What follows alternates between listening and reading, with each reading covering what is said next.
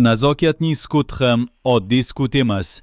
U qo'lga tushgan ayolning sukuti emas. Ichida hamma narsani tushunib turib, hali qaysi haqiqatni aytish foydaliroq ekanini tanlay olmayotgan ayolning sukuti. Bu juda xavfli holat.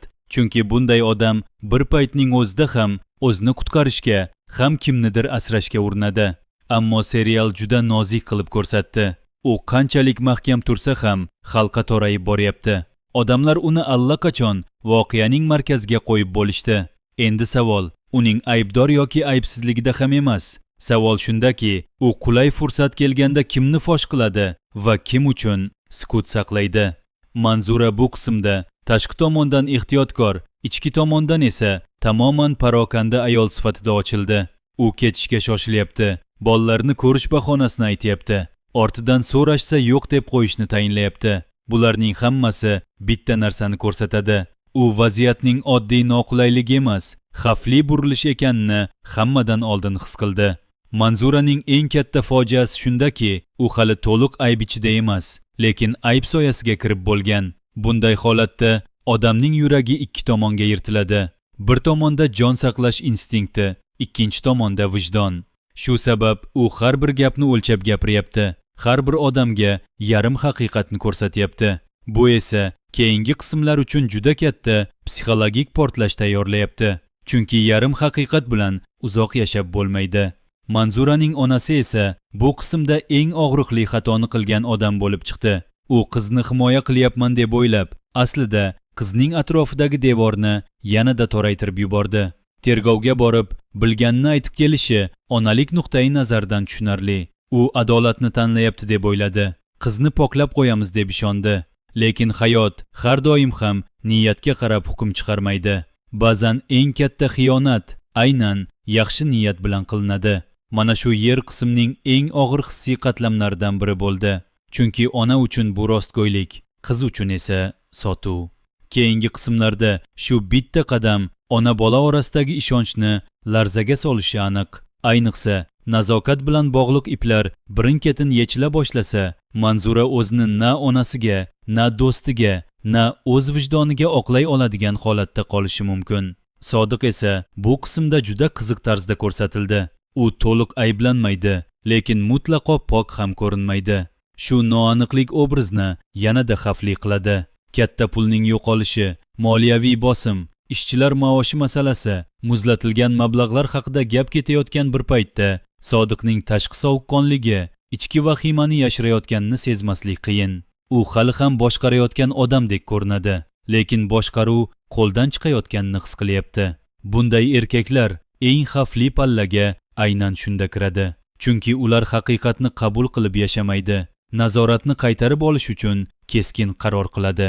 Menimcha, Sodiq yaqin orada hammani hayratda qoldiradigan bir harakat qiladi. Bu harakat himoya ham bo'lishi mumkin, qasos ham, kimnidir qurbon qilish ham. Chunki u uchun endi masala faqat pul emas, obro' va hukmronlik masalasiga aylanib boryapti. Kasalxona ichidagi chiziq ham shunchaki yon voqea emas, juda ramziy qatlam bo'lib xizmat qildi. Rahbarlik almashgan joyda yuzlarda tabassum ko'rinsa-da, yuraklarda og'riq, ranjish, ichki norozilik borligi sezildi.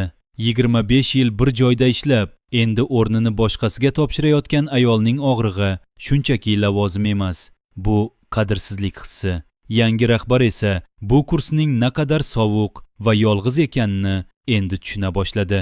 Shu ichki beqarorlik fonida bemorning yo'qolib qolishi juda katta ishora. Serial go'yo shuni ko'rsatdi. Odamlar bir-birining o'rniga, obro'siga, kayfiyatiga qarab turgan paytda haqiqiy falokat yondan o'tib ketadi. Demak, kasalxona chizig'i hali katta sinovlarga tayyorlanyapti. Yo'qolgan qizning qaytib kelishi esa qismning eng titroq nuqtalaridan biri bo'ldi.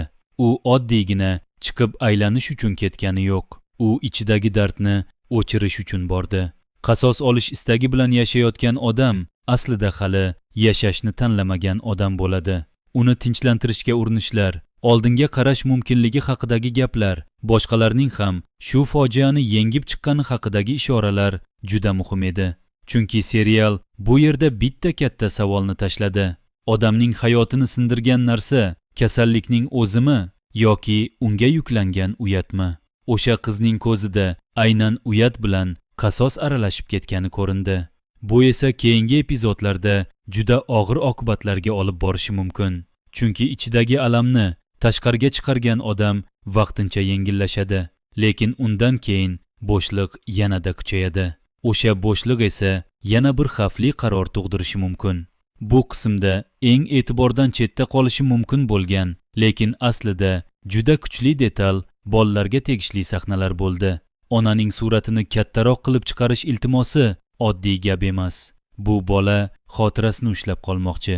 U onasini yo'qotib qo'yishdan emas, uning yuzini unutib qo'yishdan qo'rqyapti. Yana bir muhim qatlam bu qism bo'ylab sezilib turgan ishonchsizlik edi. Hamma birovdan hadiksirayapti, hamma nimanidir yashiryapti, hamma kimdir sotib qo'yishidan qo'rqyapti. Bu allaqachon bitta jinoyat yoki bitta oilaning muammosi bo'lib qolmadi. Bu muhitning o'zi zaharlana boshlaganini ko'rsatadi. Shuning uchun menimcha, kelasi qismlarda eng og'riqli to'qnashuvlar dushman bilan emas, aynan yaqinlar o'rtasida bo'ladi. Do'st deb yurgan odamning foyda tomonga o'tishi, ona himoya qilaman deb yana bir sirni ochib qo'yishi, sevgi deb ishongan rishta aslida hisob-kitobga qurilgani birin-ketin ayon bo'lishi mumkin. Endi bashoratlar aynan shu qismning o'zidan juda ravshan ko'rinib turibdi. Birinchidan, Nazokatning 2 ismli hayoti uzoqqa bormaydi. Uning o'tmishi bilan bugungi qiyofasi to'qnashadigan lahza juda yaqin. O'sha paytda faqat bir sir ochilmaydi. U bilan birga ko'p odamlarning niqobi tushadi. Kimdir uni ishlatgan bo'lishi mumkin, kimdir undan foydalangan, kimdir esa bila turib unga yaqinlashgan. Aynan shu bog'lanishlar ochilsa, voqea oddiy tergovdan chiqib, shaxsiy qasos va munosabatlar urushiga aylanadi. Ikkinchidan, Manzura yaqin orada eng og'ir tanlov oldida qoladi. U yo o'zini qutqarish uchun butun yukni Nazokat tomon itaradi, yo oxirgi lahzada bo'lsa ham ortga qaytib, do'stlik va vijdon tomon turadi. Lekin qaysi yo'lni tanlamasin, narxi juda baland bo'ladi. Agar u sukut saqlasa, gumon kuchayadi. Agar gapirsa, kimnidir cho'ktiradi. Bu esa uning ruhiy sinishini tezlashtiradi. Menimcha, kelasi epizodlarda Manzura ichidagi vahima tashqariga chiqadi va aynan shu holat uning eng katta xatosiga sabab bo'ladi. Uchinchidan, Sodiq bosim ostida tobora sovuqlashadi. Uning chiroyli ko'rinayotgan tartibi ichkaridan qulab tushayotganini sezgan odam ortga chekinmaydi, aksincha zarba beradi. Shuning uchun men Sodiqdan yaqin orada juda keskin qaror kutyapman. Balki u kimnidir oqlayotgandek ko'rinib, aslida butun aybni boshqa bir yelkaga ortadi. Balki u o'z manfaatini saqlab qolish uchun munosabatlarni ham qurbon qiladi.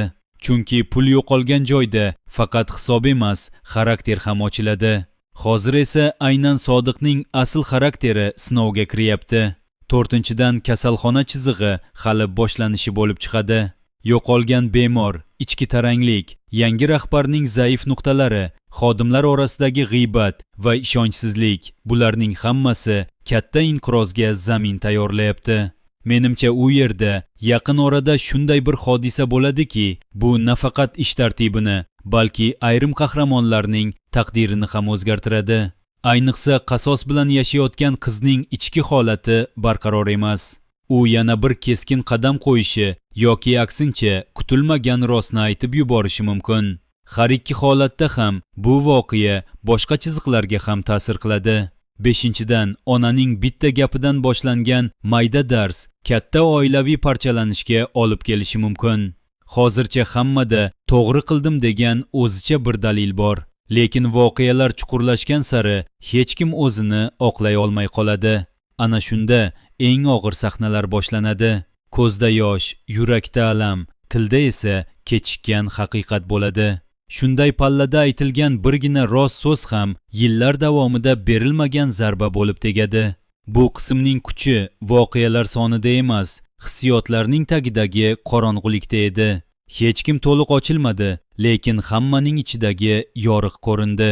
Hech kim to'liq yiqilmadi, lekin hamma allaqachon sirpanib bo'lganini his qildik. Shuning uchun endi oldinda keladigan to'qnashuvlar oddiy janjal bo'lmaydi. Ular kechikkan sevgi, ezilgan g'urur, yashirilgan ayb, himoya qilinmagan yaqinlik va sotilgan ishonch to'qnashuvi bo'ladi. Eng dahshatlisi esa bitta savol hanuz javobsiz qolmoqda. Bu hikoyada kim kimni qutqarishga urinmoqda, kim esa qutqaraman deb aslida chuqurroq botiryapti. Chunki ba'zan odamni halokatga olib boradigan narsa dushmanning zarbasi emas, eng yaqin insonning noto'g'ri paytda aytgan rosti bo'ladi.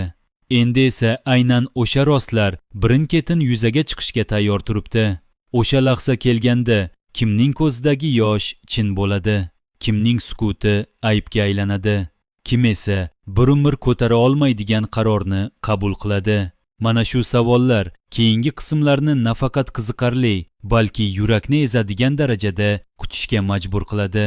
Voqealar rivoji shuni ko'rsatadiki, har bir qahramon o'z tanlovini qilish arafasida turibdi. Nazokat o'z o'tmishi bilan yuzma-yuz kelishga, manzura, do'stlik va qo'rquv orasida qaror qabul qilishga, Sodiq esa obro' va haqiqat o'rtasida tanlov qilishga majbur bo'ladi. Bu tanlovlarning har biri nafaqat ularning shaxsiy taqdiriga, balki atrofdagilarning hayotiga ham ta'sir qiladi. Ayniqsa begunoh bolalar va ularning istiqboli bu qarorlarning og'irligini yanada oshiradi.